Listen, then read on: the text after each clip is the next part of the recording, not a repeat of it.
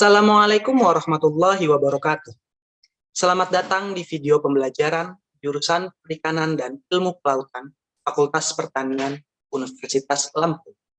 Untuk mata kuliah Metode Penangkapan Ikan, DA 616210.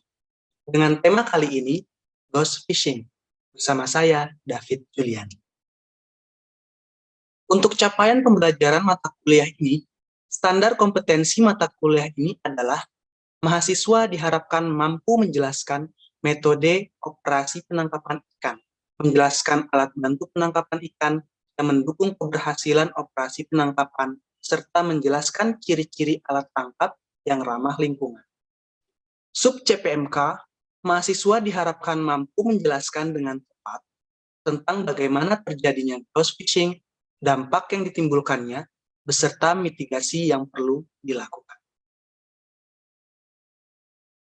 Ghost gear dan ghost fishing. Polusi lautan merupakan masalah yang terus berkembang dan meluas, khususnya pada peningkatan volume plastik lautan. Berdasarkan data IUCN tahun 2021, setidaknya 14 juta ton plastik berakhir di lautan setiap tahunnya. Dari sampah lautan tersebut, terdapat satu jenis polusi yang sangat mematikan karena dirancang khusus memang untuk menangkap dan membunuh biota laut, yakni alat penangkap ikan yang terbengkalai, hilang, atau dibuang. Ya, alat tangkap ini biasa kita sebut dengan ghost gear atau alat tangkap hantu. Adapun fenomenanya dinamakan ghost fishing. Nah, terlihat pada gambar penyu terjerat alat tangkap yang kita sebut ghost gear tadi. Inilah sebagian kecil contoh dari dampak ghost fishing yang akan kita bahas pada slide berikutnya. Lalu bagaimana sih ghost fishing ini bisa terjadi? Untuk memahaminya, kita lihat terlebih dahulu data dari FAO ini. Diperkirakan sekitar 640.000 ton alat penangkap ikan hilang, ditinggalkan, diabaikan, ataupun dibuang dengan sengaja di laut setiap tahunnya. FAO juga memperkirakan 10% dari total sampah di lautan adalah ghost gear. Nah, alat tangkap tersebut umumnya berbahan dasar plastik dan memungkinkan bertahan sampai puluhan, bahkan ratusan tahun lamanya. Coba dibayangkan alat tangkap tersebut tetap aktif, lalu dibiarkan menangkap ikan tanpa pernah ada yang mengambil hasil tangkapannya ya. Ikan yang tertangkap kemudian membusuk di lautan atau menjadi umpan bagi predator lainnya. Jadi kita bisa simpulkan ghost fishing itu terjadi ketika alat tangkap yang hilang atau dibuang tersebut tetap berada di lautan dan menjerat ikan atau biota laut lainnya tanpa pandang bulu, membunuh apapun yang ditangkapnya secara terus-menerus. Lalu bagaimana alat tangkap tersebut berakhir menjadi ghost gear di lautan? Ada beberapa kemungkinan alat penangkapan ikan bisa hilang atau dibuang dengan sengaja di lautan. Yang pertama bisa karena badai atau cuaca buruk yang mengakibatkan alat tangkap lepas dari perahu atau jangkar dan kemudian terbawa arus hingga hilang. Lalu alat tangkap atau bagian dari alat tangkap terjerat oleh objek lain di lautan, seperti karang atau batu di dasar laut, sehingga menjadi terlalu sulit untuk diambil. Contohnya alat tangkap jenis aktif ya, seperti troll atau pukat dasar lainnya yang ditarik dengan kapal. Bisa juga karena terputus akibat berada di jalur pelayaran kapal, jadi propeller kapal bisa memutus alat tangkap, bahkan bisa terlilit hingga terbawa oleh kapal, begitu. Lalu bisa terlilit karena ada alat tangkap lainnya, begitu. Pada saat setting di suatu perairan yang padat alat tangkapnya, itu bisa terjadi. Satu sama lain alat tangkap tersebut bisa saling terlilit. Lalu tidak sedikit kepemilikan dari alat tangkap yang tidak jelas sehingga bisa saja diabaikan atau dicuri, bahkan dirusak oleh orang lain. Bisa juga karena masa pakai alat tangkap telah berakhir dan rusak, dan nelayan juga lebih condong membuang tanpa melakukan recycling. Bisa jadi karena tidak adanya fasilitas ya untuk recycling di pelabuhan, atau biaya recycling justru lebih mahal daripada kita nelayan tersebut membuang ke laut. Bisa juga karena sengaja dibuang oleh nelayan saat ada kapal patroli, dikarenakan alat tangkap tersebut sedang melakukan illegal fishing. Jadi kalau ketahuan menggunakan alat tangkap ilegal, cantrang, dogol ya, itu bisa didenda sehingga nelayan tanpa pikir panjang membuang alat tangkap tersebut ke laut. Ya, di sini bisa lebih jelas lagi ya gambarannya bagaimana alat tangkap yang hilang atau diabaikan atau dibuang bisa sangat membahayakan biota dan ekosistem di laut. Bisa kita lihat di gambar ketika alat tersebut dibuang atau hilang, maka besar kemungkinan alat tersebut hanyut di perairan terbuka dan dapat melakukan penangkapan dengan sendirinya. Bisa juga alat tersebut tersangkut di terumbu karang ya, dan menangkap ikan-ikan di karang. Bahkan juga bisa merusak terumbu karang tentunya. Nah, ikan yang terjerat atau yang tidak bisa meloloskan diri, uh, jika masih hidup, maka akan mengganggu pergerakan dari ikan tersebut. Namun jika tidak, maka ikan tersebut akan membusuk dan dimakan oleh predator lainnya. Tentunya ketika ikan tersebut ditangkap, lalu membusuk dan hilang, alat tangkap tentunya masih eksis dan kembali ke permukaan, dan begitu seterusnya sampai alat tersebut diambil oleh manusia. Nah, inilah yang dinamakan siklus ghost fishing atau penangkapan hantu yang merusak ekosistem laut. Semua alat tangkap berpotensi melakukan ghost fishing ketika hilang, atau ditinggalkan, ataupun dibuang. Namun, kecenderungan hilangnya alat tangkap itu berbeda-beda tergantung jenis alat tangkap dan bagaimana pengoperasiannya. Sekarang kita akan bahas alat tangkap apa saja yang bisa menjadi ghost gear di perairan. Yang pertama adalah gill net atau jaring insang. Disebut demikian karena cenderung dapat menjerat ikan di bagian insang. Dan alat tangkap ini terbuat dari bahan benang nilon monofilamen atau multifilamen. Gill net merupakan alat tangkap yang paling sering dilaporkan sebagai ghost gear. Banyak jenis gill net yang bisa menjadi ghost gear dan berpotensi melakukan ghost fishing, baik tipe gill net yang aktif maupun yang pasif seperti drift net. Nah, untuk alat tangkap pasif itu memiliki waktu perendaman yang berlangsung lama ya, bisa berjam-jam bahkan berhari-hari, tergantung pada jenis atau target tangkapan begitu. Hal yang membuat gill net jenis pasif ini lebih rentan hilang karena tidak ada orang yang secara aktif memantau jaring tersebut.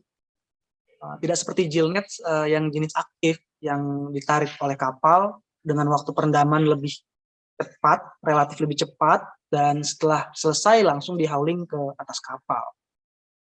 Lalu biasanya gill net yang hilang atau ditinggalkan itu bisa karena terlepas dari pelampung atau kapal, lalu tersangkut dengan dasar lautan seperti karang atau dasar berbatu, dan tersangkut juga dengan alat tangkap lainnya ataupun propeller kapal. Gitu. Selanjutnya jenis alat tangkap, perangkap, dan bubu. Jadi selain gill net, alat tangkap yang memiliki kemungkinan hilang yang cukup tinggi adalah bubu. Bubu merupakan alat tangkap pasif yang menangkap ikan dengan cara memikat menggunakan umpan sehingga bisa terjebak dan tidak bisa lolos. Dahulu rangka bubu banyak terbuat dari kayu sehingga lebih ramah lingkungan. Namun sekarang cenderung terbuat dari metal atau dilapisi resin plastik. Jadi hal ini yang membuat bubu memang lebih kokoh dan tahan lama. juga bisa bermanfaat untuk nelayan karena tidak sering diganti atau tidak sering rusak. Namun memiliki risiko yang tinggi melakukan ghost fishing saat hilang. Bubu juga dapat terus-menerus menangkap hewan sampai hewan tersebut benar-benar terdegradasi atau membusuk. Jadi hewan yang terperangkap mati kelaparan ataupun dimakan oleh pemangsa lainnya. Lalu pemangsa tersebut pun nantinya ikut terperangkap di dalam bubu. Hal ini biasa disebut dengan ghost trap. Lalu bubu yang bergerak saat badai atau arus yang kuat secara signifikan dapat merusak padang lamun ketika dia disetting di padang lamun ataupun merusak terumbu karang untuk ikan-ikan karang ya. Tali pengikat dan pelampung yang hilang pun juga dapat menjerat struktur dasar laut, juga bisa menjerat biota laut lainnya.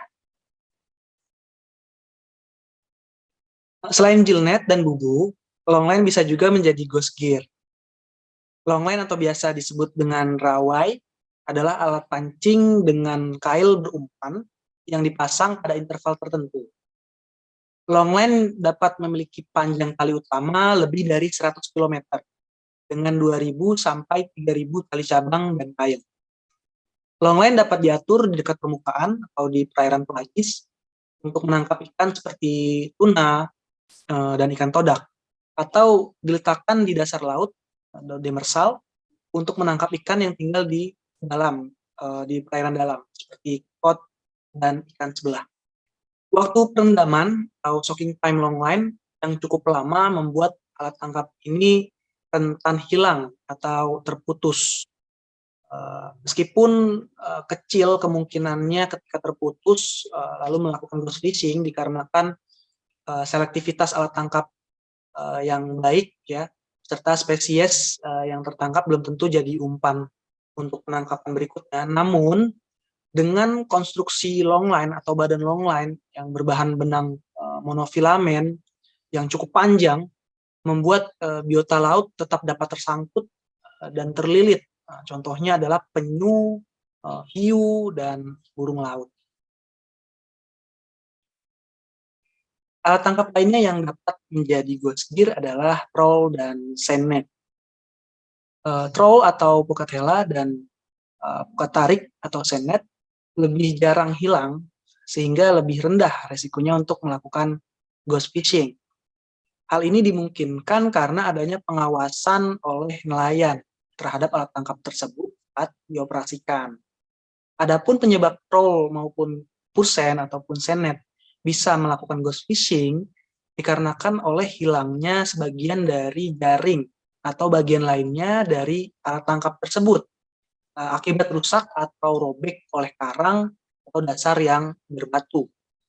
Bisa juga seperti yang disampaikan sebelumnya, ada beberapa pukat yang memang dilarang di perairan baik Indonesia maupun di negara lain, sehingga ada kemungkinan juga dibuang di laut dengan sengaja dan seterusnya melakukan ghost fishing.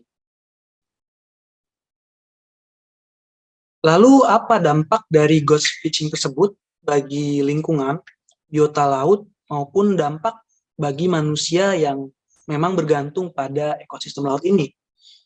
Bagaimana kita tahu ghost gear menjadi sumber sampah pada ekosistem laut yang memiliki dampak lebih tinggi dibandingkan sampah lainnya karena potensi untuk menjerat dan menjebak biota laut.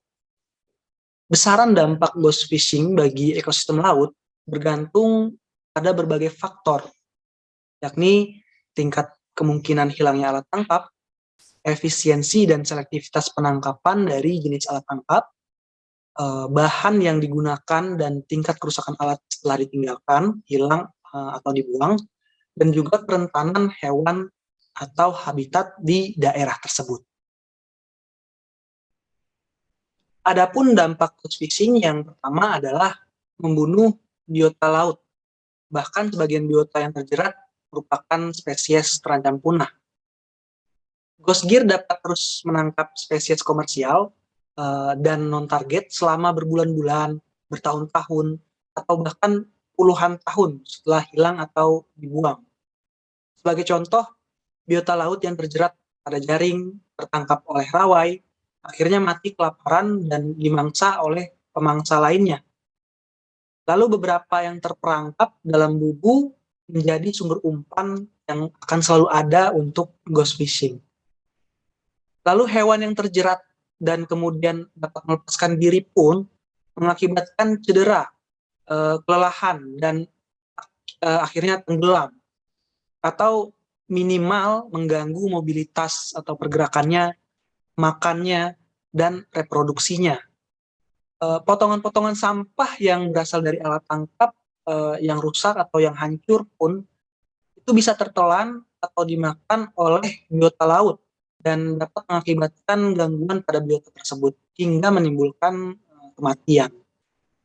Dampak selanjutnya adalah dapat merusak habitat biota laut. Ghost fishing merupakan ancaman bagi habitat laut dan keanekaragaman hayati, terutama untuk spesies yang terancam punah dan habitat sensitif seperti padang lamun dan terumbu karang. Ghost gear dapat mengubah bahkan menghancurkan habitat laut melalui kerusakan fisik yang disebabkan oleh pengikisan, penutupan area, atau gesekan alat tangkap tersebut, dan dapat mengubah komposisi fisika dan kimia dari sedimen laut. Kerusakan fisik dapat mengurangi kualitas habitat laut dan dapat merusak area ikan mencari makan, tempat berkembang biak atau pemijahan, dan tempat perlindungan yang digunakan oleh berbagai organisme yang menempati habitat tersebut. Habitat yang hilang atau terdegradasi mengurangi kemampuan biota laut untuk bertahan hidup dan pada akhirnya dapat mengubah ekosistem laut secara keseluruhan dan mengurangi keanekaragaman hayati baik lokal maupun global. Selain dampak lingkungan, alat tangkap yang hilang dan dibuang juga memiliki dampak sosial ekonomi yang signifikan, baik bagi nelayan maupun masyarakat luas. Rusaknya ekosistem dan habitat biota laut dapat mengakibatkan terganggunya rantai makanan, serta populasi ikan sehingga akan terjadi penurunan hasil tangkapan, dan akhirnya berdampak pada kesejahteraan nelayan. Lalu ghost gear juga dapat menyebabkan kerusakan dan hilangnya hasil tangkapan dan alat tangkap milik nelayan lainnya. Alat tangkap tersebut dapat terjerat atau terlilit ghost gear hingga membuat alat tangkap harus dipotong dan hasil tangkapan alat milik nelayan tersebut terbawa dan hilang. Tentunya alat tangkap yang dipotong tersebut menjadi ghost gear berikutnya.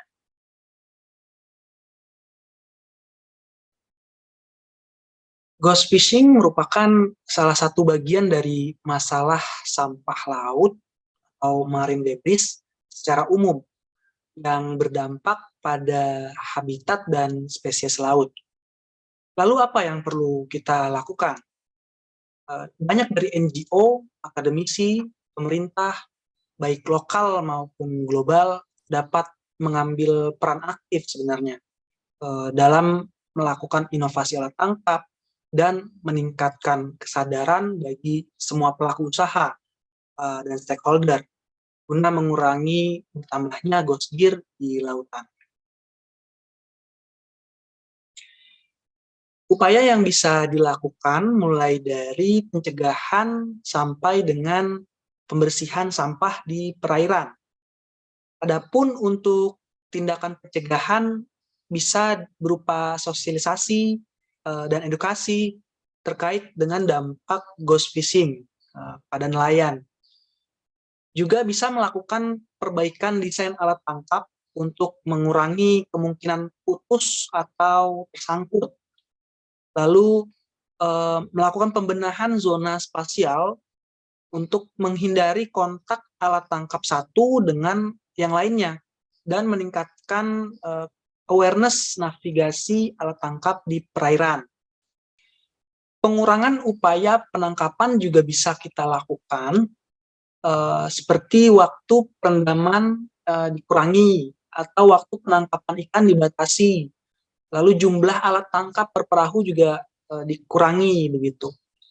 Selain itu juga bisa dengan meningkatkan aspek biodegradable pada alat tangkap agar mudah terurai saat alat tangkap tersebut hilang. Nah, ini biasanya diterapkan pada alat tangkap bubu ya. Setelah itu penandaan alat tangkap yang terintegrasi dengan GPS untuk memungkinkan pemantauan alat tangkap saat hilang atau hanyut. Dan juga bisa melakukan atau menyediakan fasilitas pembuangan alat tangkap di pelabuhan dengan biaya terjangkau dan pemberian insentif guna mencegah nelayan membuang alat tangkap di laut. Upaya yang disampaikan tadi tentunya bisa berimbas pada hal lain seperti menambahnya ongkos produksi, menambahnya biaya perawatan, kemudian mengurangi hasil tangkapan nelayan, serta menambah beban anggaran untuk fasilitas pembuangan alat tangkap. Oleh karena itu, perlu adanya kajian bersama serta penelitian lebih lanjut dalam upaya pencegahan tersebut. Ada juga yang bisa kita lakukan untuk mengurangi jumlah ghost gear di lautan, yaitu dengan cara melakukan pembersihan dan pengangkatan ghost gear. Pemerhati lingkungan, peneliti, dan pemerintah telah bekerja sama melakukan berbagai program yang secara khusus ditujukan untuk mengurangi ghost gear di lautan. Hal ini diharapkan dapat mengurangi ghost fishing. Salah satunya adalah melakukan pembersihan dan pengangkatan ghost gear. Pembersihan dan pengangkatan ghost gear dari lautan membutuhkan biaya yang besar seperti biaya kapal dan bahan bakar, lalu penyediaan peralatan serta sumber daya manusia yang melakukan kegiatan tersebut. Jadi sebelum melakukan pengangkatan perlu adanya persiapan untuk penentuan lokasi serta estimasi sumber daya yang diperlukan. Dari pembahasan yang tadi telah dipaparkan, kita dapat mengambil kesimpulan. Yang pertama adalah ghost fishing sudah menjadi permasalahan global yang bersumber dari aktivitas penangkapan ikan sehingga mengakibatkan krisis lingkungan, khususnya di lautan. Lalu tidak hanya pada lingkungan, ghost fishing juga dapat berdampak negatif pada sosioekonomi dengan berkurangnya hasil tangkapan sehingga berimbas pada kesejahteraan nelayan. Selain itu juga pendekatan multidimensi yakni edukasi, pencegahan, dan pembersihan sangat penting dilakukan. Hal ini disertai dengan peningkatan kolaborasi antara organisasi, akademisi, dan pemerintah yang saling memperkuat ide, metode, serta program yang efektif dalam mengurangi ghost fishing. Dan pada akhirnya dapat membantu mempertahankan perikanan dunia untuk generasi datang. Berikut ini adalah sumber pustaka dan gambar yang digunakan dalam pemaparan video pembelajaran kali ini. Demikian video pembelajaran kali ini untuk subtema ghost fishing dan saya akhiri. Wassalamualaikum warahmatullahi wabarakatuh.